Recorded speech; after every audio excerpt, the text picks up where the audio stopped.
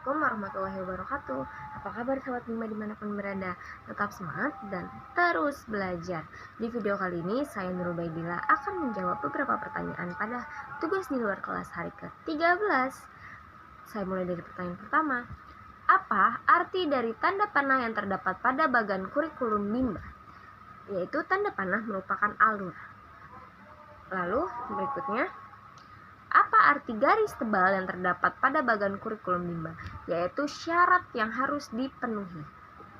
Kemudian, nomor 3, apa arti tanda seru yang terdapat pada bagan kurikulum Bima? Yaitu hati-hati. Hati-hati, apakah syarat tersebut sudah terpenuhi atau belum? Sebelum lanjut lagi ke tahap berikutnya. Kemudian, pertanyaan nomor 4, jelaskan bagaimana cara membaca bagan kurikulum Bima. Contohnya, misalkan pada HFJLNTRC bisa kita lihat ada tanda panah ke bawah menuju B1B, namun terhalang oleh garis tebal, yaitu pada saat sudah menyelesaikan HFJLNTRC tidak bisa langsung lanjut ke dalam B1B karena harus ada beberapa syarat yang dipenuhi terlebih dahulu, yaitu D4HVS dan juga B1A, baru bisa masuk ke dalam B1B setelah syarat tersebut sudah terpenuhi. Nah, setelah itu pada HFAIUEO, setelah HFAIUEO garis panah ke HSAIUEO tanpa adanya garis tebal, maka setelah sudah menyelesaikan HFAIUEO langsung bisa memberikan materi HSAIUEO tanpa syarat apapun karena tidak ada garis tebal yang menghalangi. Seperti itu cara membacanya. Garis panah yaitu alur, garis tebal yaitu syarat yang harus dipenuhi. Jadi setelah materi selesai yang atas, tidak bisa langsung memberikan materi selanjutnya apabila ada garis tebalnya. Kita harus lihat apa saja syarat yang harus kita penuhi sebelum kita melanjutkan ke tahap berikutnya. Biasanya ada panah-panah lagi sebelah kanan atau kiri, yang itulah syarat-syarat yang lainnya sebelum kita melanjutkan ke tahap berikutnya. Seperti itu. Yaitu pertanyaan nomor 5. Apa syarat HSAIUEO? Yaitu syaratnya apabila anak sudah menyelesaikan HFHAIUEO baru bisa ke HSAIUEO. Lalu pertanyaan berikutnya, apa syarat sebelum B1A? Yaitu harus ada syarat yang terpenuhi karena ada garis tebal yang menghalangi. Yaitu sebelum lanjut ke dalam modul B1A, anak harus sudah menyelesaikan D4HVK, HSAIUEO, dan juga HFBDG KMPSY. Baru modul B1A bisa diberikan kepada anak. Lalu pertanyaan berikutnya, apa syarat sebelum memberikan B1B?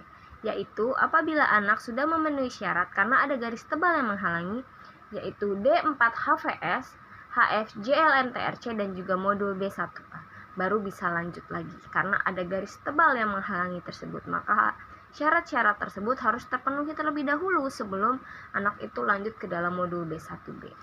Lalu pertanyaan berikutnya, apa syarat D4HPS? Yaitu pada di atas D4HPS ada garis tebal yang menghalangi, yaitu sebelum lanjut kepada D4HPS kita harus memenuhi syarat terlebih dahulu, yaitu syaratnya 4HPS, 4 verbal, 4 huruf verbal sederhana, dan juga D4HVK, dikte 4 huruf kembar, baru bisa melanjutkan ke dalam D4HVS.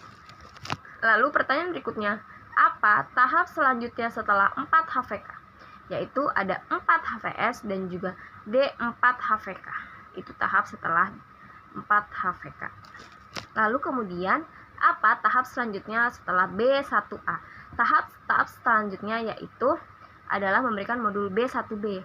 Namun, ada syarat-syarat dulu yang harus dipenuhi, yaitu syaratnya setelah bisa melalui B1A, ada juga HFJLNTRC dan juga D4HPS. Setelah 3 syarat tadi terpenuhi, baru modul B1B bisa diberikan. Seperti itu. Lalu, pertanyaan berikutnya, apa tahap selanjutnya setelah B1E? Yaitu B1C. Yaitu setelah B1E ada B1C. Dan mana setelah B1E tahap selanjutnya yaitu B1F, namun ada syaratnya terlebih dahulu, yaitu syaratnya B1D. Setelah B1D sudah bisa, lalu B1E juga sudah memenuhi syarat, maka baru bisa diberikan B1F.